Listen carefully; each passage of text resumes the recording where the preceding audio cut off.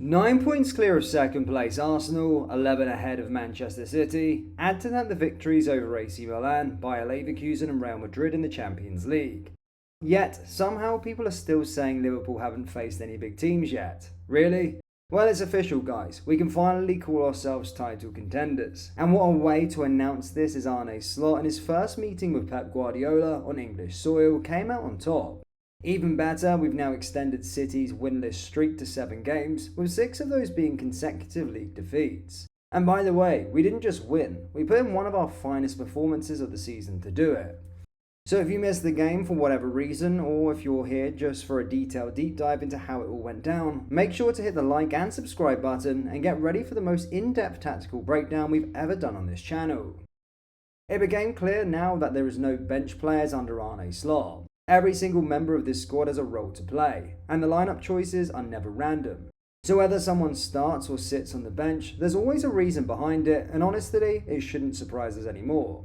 For this game, the Reds lined up with Kelleher in goal. The backline featured Andy Robertson, Virgil van Dijk, Trent Alexander-Arnold and Joe Gomez, who stepped in for the injured Ibrahima Konate. In midfield, it was Ryan Gravenberch, Alexis McAllister and Dominic Szoboszlai, while the attacking trio consisted of Cody Gakpo, Luis Diaz and of course Mo Salah. Now, if you caught our last video where we broke down how Arne Slot's Liverpool could take advantage of this matchup, you'd remember we focus on City's vulnerabilities when it comes to pressing and defending wide areas. Those weaknesses were clear in their defeats to Brighton and Tottenham, and hey, not to brag about it, but maybe Arne Slot saw this video too. Because that's exactly how Liverpool dismantled City, especially in the first half. Right from the first whistle, it was obvious that the Reds were looking to bypass City's pressing lines and exploit their wide areas and high defensive line with precise long balls.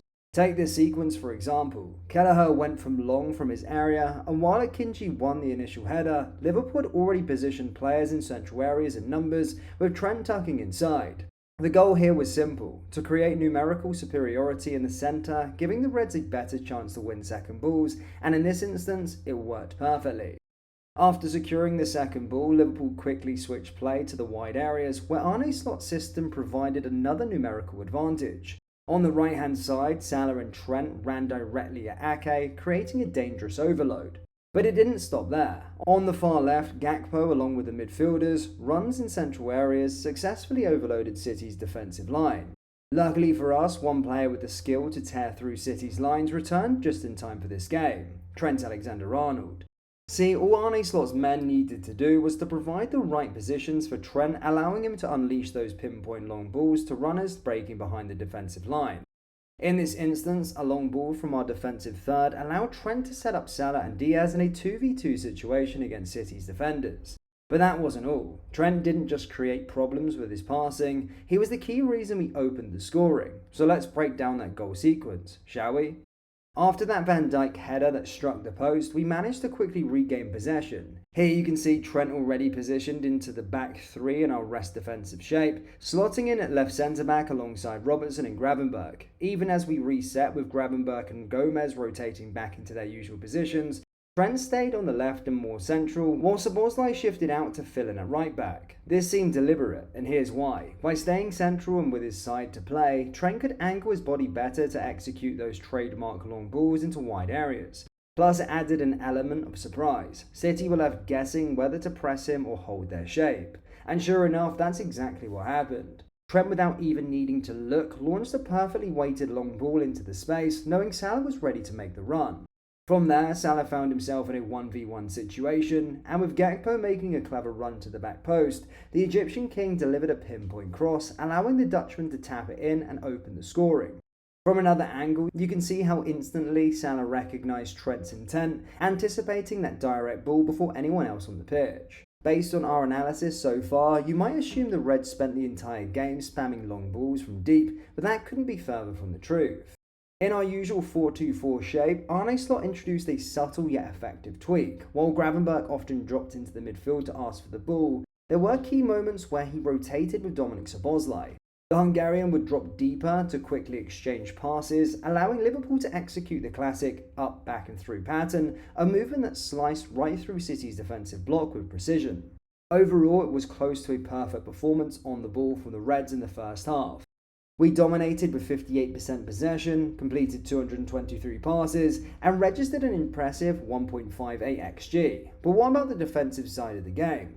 How did we manage to hold City to just a single shot after 39 minutes? Their longest wait for an attempt in over 14 years, dating back to a 2010 match against Arsenal. Let's dive into our out of possession performance and break it down.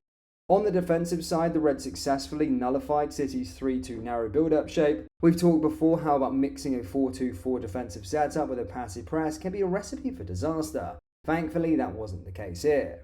Liverpool's pressing was much more aggressive than in previous games, especially in the first half. For context, the Reds have averaged a pressing intensity of 13 seconds this season. This is of course the time between losing the ball and attempting to win it back.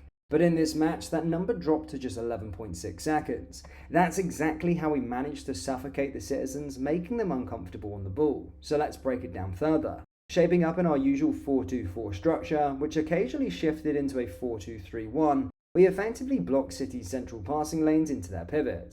McAllister and Gravenberch pushed high to mark those spaces, cutting off their options. Up front, Gakpo and Salah triggered the press by jumping on the wide player in possession, while Diaz pressed more centrally to maintain balance. This approach frequently forced City to go long, however our midfielders were quick to cover the necessary ground, and Van Dijk was proactive in stepping out to the back line to push high when required. This combination ensured that we effectively shut down any attempts by City to play over or through us. It was well-coordinated defensive effort that completely neutralised their attack. But it didn't stop there. Even when City tried to play around our block, our aggressive pressing with 4 and sometimes even 5 players made it incredibly difficult for them to find a way through. On top of that, our fullbacks joined the press, ensuring that Pep's side had no easy path to progress through the thirds. Even when the citizens managed to progress the ball or win it high up the pitch, they struggled to create any meaningful chance while trying to sustain pressure on our defensive third.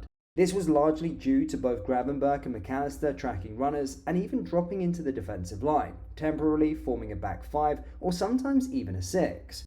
For example, when someone like Rico Lewis made a run into the box to drag defenders and create space for Haaland, we always had Virgil van Dijk staying close to the Norwegian, ready to intercept a pass or clear away a cross. In the second half, Arne Slot made an extremely risky tactical adjustment to ensure both McAllister and Gravenberch could stick to their men in midfield without vacating central spaces. In this scenario, you can see how both Gravenberch and McAllister were dragged to City's left-hand side, leaving Rico Lewis with what seemed like acres of space in the centre to receive the ball. But here's the key, Lewis was marked out of the game. Cody Gakpo played a crucial role by shadow covering Lewis, ensuring that if City tried to play the ball to him from their right, the passing lane would be closed down by the Dutchman. At the same time, Robertson marked Lewis closely from behind, cutting off his ability to turn and receive comfortably in central areas. This clever positioning neutralised Lewis despite the apparent space around him. Here you can see Robertson fully committing to his defensive duty by following Rico Lewis into the middle of the pitch, completely vacating the left-back position. But once again, Cody Gakpo stepped in to complete the rotation, tracking Walker's run down the touchline and ensuring our defensive structure remained intact. Despite City dominating possession in the second half with 66% of the ball, it was Liverpool who remained the bigger threat, consistently troubling City's backline with long balls and quick, intricate plays through the line. From exposing City's defensive line to playing through their press, these were all the issues we highlighted in our game preview. So hey, Arne should thank us at least, right? Joking aside, it was total domination, on the ball in the first half and off of it in the second. This performance is the clearest proof yet that Slot's Reds deserve to be top of the league. But hey, apparently we still haven't faced anyone big yet, right? So what did you think of our performance? Should Slot stick with his aggressive pressing approach, or is it better to adapt to each game as it comes? Let us know your thoughts in the comment section below, and if you enjoyed today's analysis, do hit the like and subscribe button and join our fast growing community. Thank you, and I'll see you all next time. Take care. Peace.